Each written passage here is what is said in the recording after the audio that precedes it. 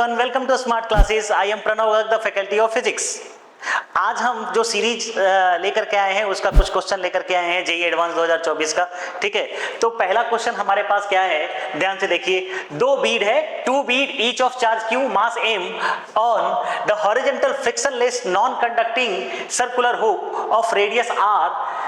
One of the bead is glued to the hook and at some point while the other perform the small oscillation about the equilibrium position along the hook the square of angular frequency of the small oscillation is given by. मतलब हमको omega का square निकालना है। मान लीजिए कि हमारे पास एक ऐसा हुक है, ठीक है, एक ऐसा हुक है, यहां पे एक चार्ज रखा हुआ है Q और जस्ट इसके अपोजिट में एक चार्ज रखेंगे। ऐसा रीजन क्यों है मैं बता रहा हूं।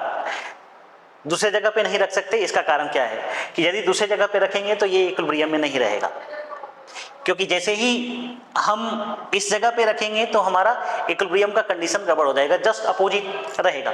अब ये हमारा सेंटर है, सेंटर से मान लीजिए कि थीटा एंगल पे हमने इसको थोड़ा स्लाइटली डिस्प्लेस किया तो फिर ये इक्विलिब्रियम पोजीशन के अबाउट ये ऐसे चम करेगा।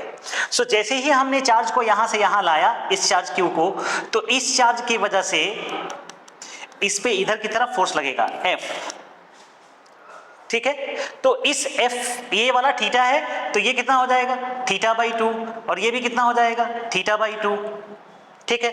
तो इस F का दो कंपोनेंट, एक इधर की तरफ F साइन थीटा बाई 2 और एक इधर की तरफ F कॉस थीटा बाई 2।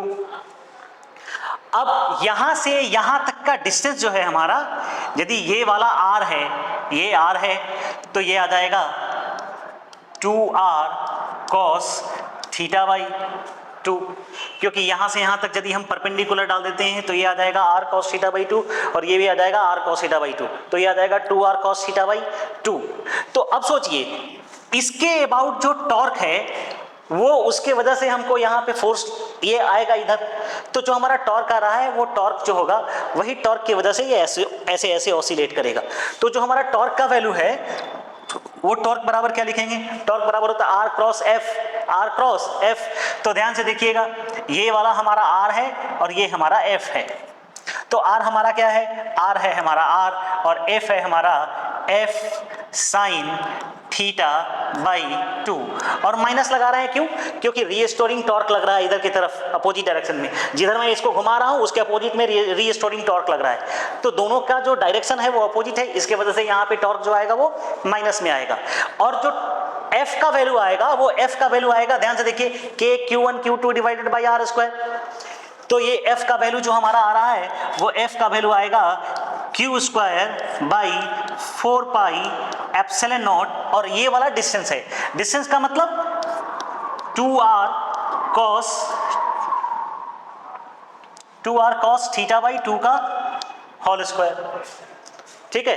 तो F का जो वैल्यू आ रहा है वो आ रहा है, वो वैल्यू यहां पे पुट करेंगे तो आएगा minus R into Q square divided by 4 pi epsilon nought, और ये है 2R cos थीटा बाई 2 का whole square into sine theta by 2 को हम लिख सकते हैं थीटा बाई 2 स्मॉलर एंगल के लिए, तो ये हमारा वैल्यू आ जाएगा। अब सोचिए ये एंगल बहुत छोटा है तो ये वाला जो वैल्यू आएगा वो क्या आएगा 1 के बराबर। cos थीटा का वैल्यू क्या होता है स्मॉलर एंगल के लिए 1 होता है, तो यहां हम लिखेंगे क्या Q square R divided by 4 pi epsilon nought into 4R square into theta by 2। तो थीटा बाई 2, तो ये हमारा आया Q square divided by 32 pi epsilon nought, और एक R को मार देगा तो ये आ जाएगा R। This is torque, this is torque.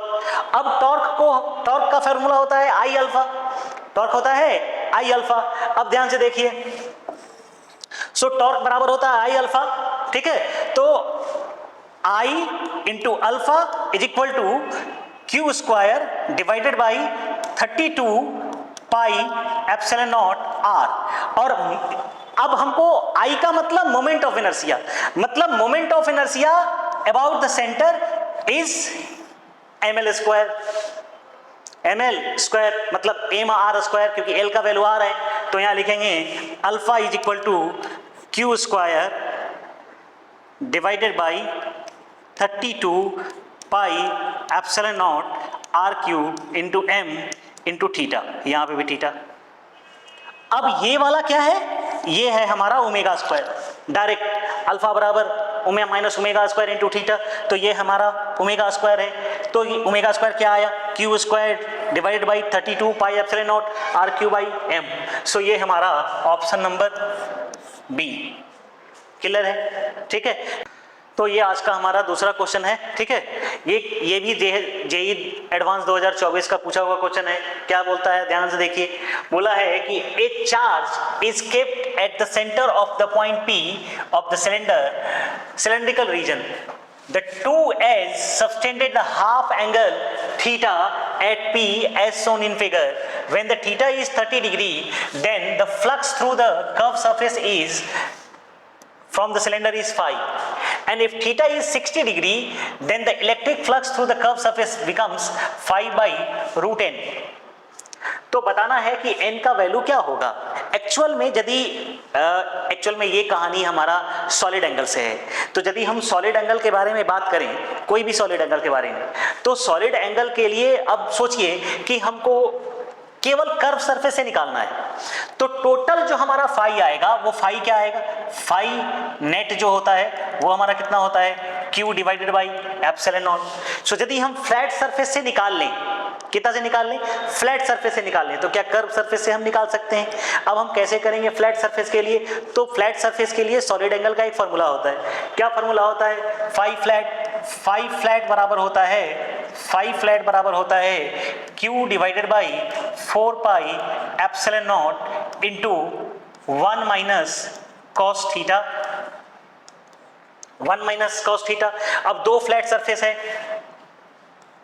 Into 2 pi into 2।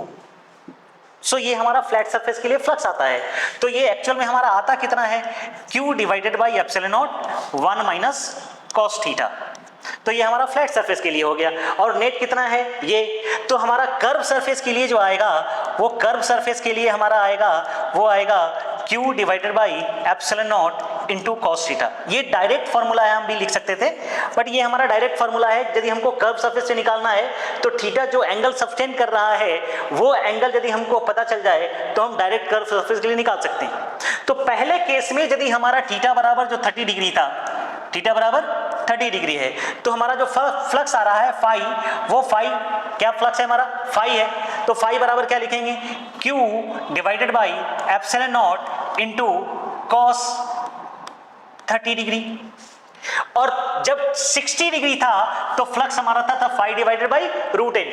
तो मतलब थीटा बराबर 60 डिग्री के लिए फाई जो है, या फाई बाई रूट एन जो है, फाई बाई रूट एन, वो क्या लिखेंगे, Q divided by epsilon nought into cos 60, cos 60। अब दोनों को डिवाइड कर दीजिए। यदि दोनों को डिवाइड करेंगे तो क्या आएगा, आएगा root N is equal to, ये कैंसल आउट हो जाएगा, कॉस 30 डिवाइडेड बाई कॉस 60।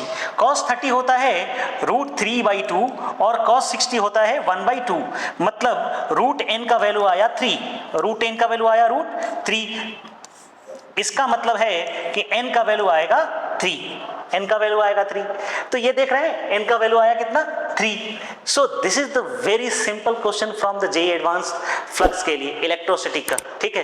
तो अगले वीडियो में जब हम आएंगे, ठीक है, तो हम और देखेंगे कि इलेक्ट्रोस्टैटिक का कैसा क्वेश्चन होता है। तब तक के लिए बाय।